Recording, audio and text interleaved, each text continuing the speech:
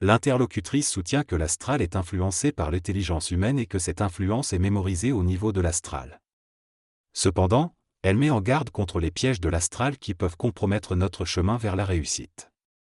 Elle explique que bien que l'astral puisse copier l'intelligence, elle reste limitée et ne peut pas tout reproduire.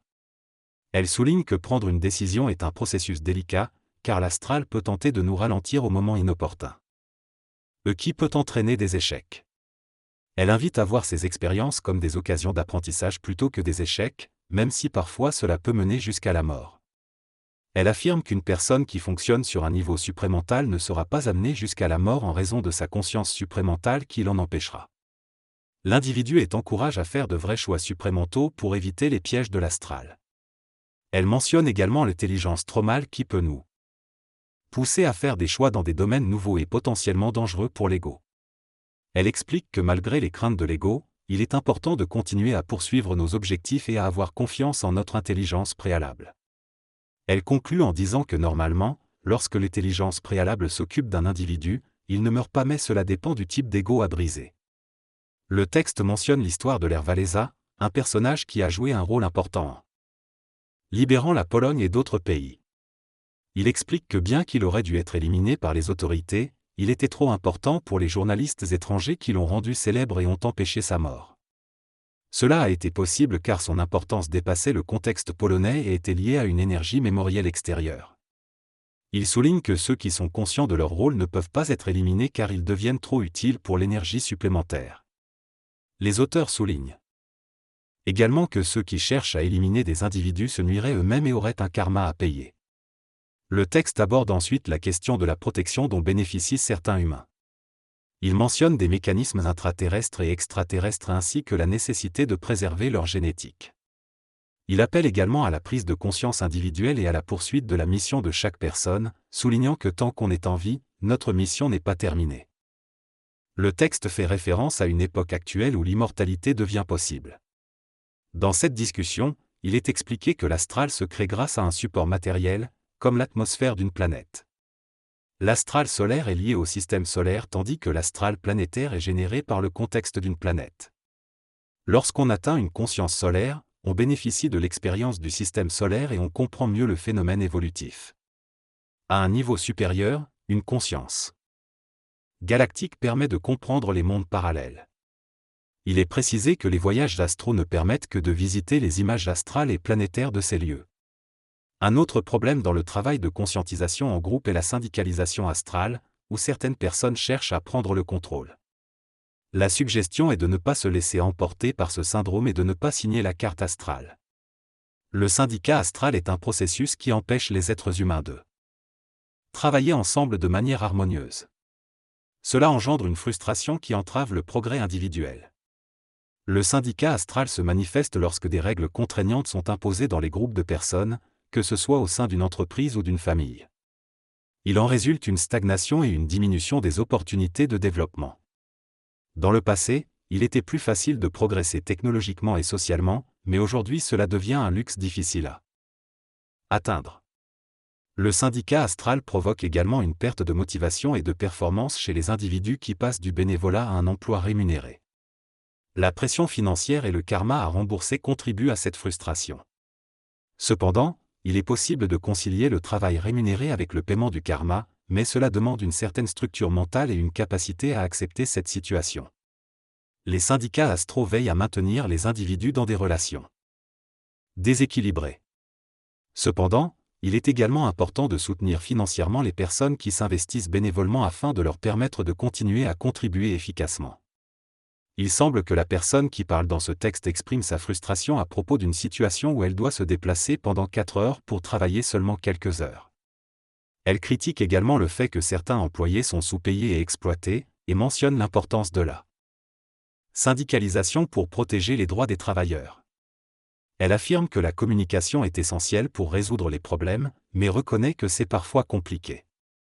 Elle souligne que la syndicalisation peut aider à changer les choses et à améliorer les conditions de travail. Le texte évoque le fait que, une fois syndiqués, les individus sont moins susceptibles d'être influencés ou commandés par d'autres. Le narrateur souligne que la syndicalisation peut créer une division entre les personnes intelligentes qui ne parviennent pas à travailler ensemble. Cependant, il critique l'attitude des syndicats, affirmant qu'ils refusent souvent de mettre en œuvre des changements nécessaires pour l'entreprise. Le narrateur affirme que la syndicalisation crée une certaine rigidité dans la manière de penser et limite la capacité à évoluer. Il mentionne également que l'insécurité peut freiner le développement personnel, car les individus ont peur d'échouer ou d'être déçus. En conclusion, le texte souligne l'importance de surmonter cette peur pour pouvoir avancer et se sentir en sécurité dans le monde. L'auteur parle de la peur de se tromper dans ses choix et de vivre dans des illusions. Il évoque l'idée que certaines personnes préfèrent rester dans l'illusion plutôt que de réaliser que leurs croyances sont fausses. Il mentionne également que la peur de découvrir que les choses ne sont pas ce qu'elles semblent être peut empêcher d'apprécier pleinement un nouvel état de conscience. L'auteur souligne l'importance de reconnaître ses illusions et d'être prêt à faire des choix, même si cela peut être effrayant. Il est question d'un enfant âgé de 7 ans qui traverse des périodes dépressives et exprime le souhait de retourner chez lui plutôt que de rester sur Terre. Bien qu'il vive dans un cadre adapté, il se pose des questions existentielles et aurait besoin d'être informé sur certains aspects de la vie. Il est suggéré que cela pourrait nécessiter un séminaire pour les parents afin de travailler différemment avec lui, en engageant des dialogues philosophiques et en prenant en compte sa structure astrale. Il est également souligné que le suicide est souvent lié à l'ego plutôt qu'au mental, et qu'il est important d'écouter et de soutenir l'enfant dans ses pensées et émotions, afin de prévenir un éventuel passage à l'acte. Par ailleurs, il est fait référence à la façon dont les informations sont relayées par les médias et à la nécessité de traiter les problématiques graves avec sensibilité et compassion. Dans cette discussion, l'individu exprime son opinion sur la façon dont les événements sont communiqués dans les médias. Il affirme que le fait de se concentrer uniquement sur le fait que l'auteur du massacre tue des femmes est sexiste et ne permet pas de résoudre le problème. Il suggère que si les médias communiquaient de manière plus intelligente, en soulignant l'incohérence et la stupidité de tels actes, cela pourrait dissuader les personnes susceptibles de commettre de tels actes les uns des autres. L'individu soutient également que les femmes héroïques ne sont pas suffisamment reconnues et que la communication des événements devrait être axée sur l'absurdité de l'événement lui-même plutôt que sur la violence qui en découle.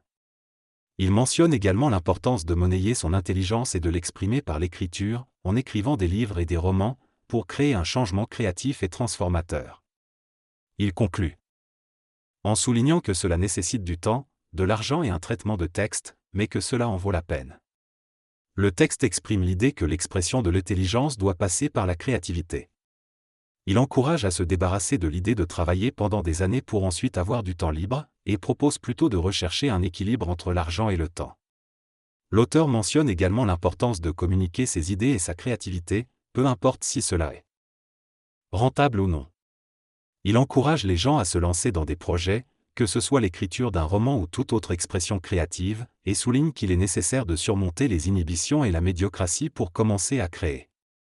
L'accent est mis sur l'importance d'être soi-même et d'écrire d'une manière qui est différente des autres.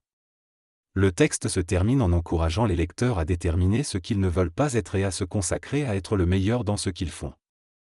Est-ce cette synthèse? L'auteur raconte l'histoire d'un ami qui a commencé à écrire puis à ressentir le besoin de faire autre chose, comme déblayer de la neige. L'auteur réfléchit également à l'importance de rester concentré dans son travail d'écriture et de ne pas se laisser distraire. Il discute ensuite du pouvoir de la conscience sur le processus de la relaxation cellulaire et de l'importance de rester conscient même lorsqu'on se sent détendu. L'auteur explique que la relaxation doit être volontaire et consciente, et non seulement psychologique, et que cela doit être appliqué dans l'action quotidienne pour obtenir un équilibre instable nécessaire à l'évolution. Dans ce texte, l'auteur parle de l'écœurement comme d'un moyen de libération et de transformation personnelle. Il explique que l'écœurement permet d'ouvrir une soupape intérieure et d'atteindre un état de rayonnement et de transformation. Il encourage à s'écœurer sans se déprimer, à observer les choses qui semblent stupides, mais sans en souffrir. Il évoque également l'importance de pratiquer du sport pour purifier le corps physique et éliminer les mémoires négatives de l'ego. L'auteur mentionne aussi la notion de prédater, qui signifie être dominant et ramasser les autres. Il encourage à devenir des écologiseurs, c'est-à-dire des personnes qui ne sont ni prédateurs ni prédatés. L'argent est également abordé, l'auteur explique qu'il est inutile et que l'important est de savoir quoi en faire. Dans ce discours, l'auteur souligne l'importance de l'argent dans la société actuelle et explique que pour accomplir des projets utiles à tous, il faut avoir de l'argent. Il affirme que l'évolution de l'être humain est différente de celle de l'animal humain et que la conscience joue un rôle essentiel dans notre liberté. L'auteur suggère également que tout dans l'univers est programmé et que notre influence sur cette programmation est limitée, mais nous avons la liberté de notre conscience. Enfin, R souligne la nécessité de rester neutre dans les confrontations et encourage l'amusement et l'exploration de différentes spiritualités.